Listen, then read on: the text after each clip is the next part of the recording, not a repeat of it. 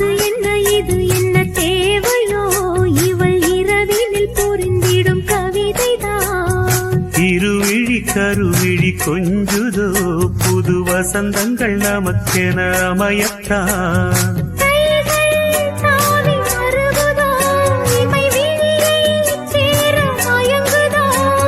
நெஞ்சும் நெஞ்சை தழுவுதோ அவை தாவம் மீறி பழகுதோ.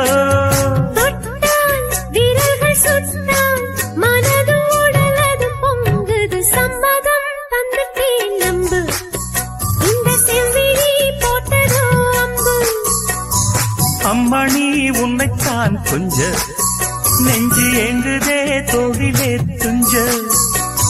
பூத்த பூரா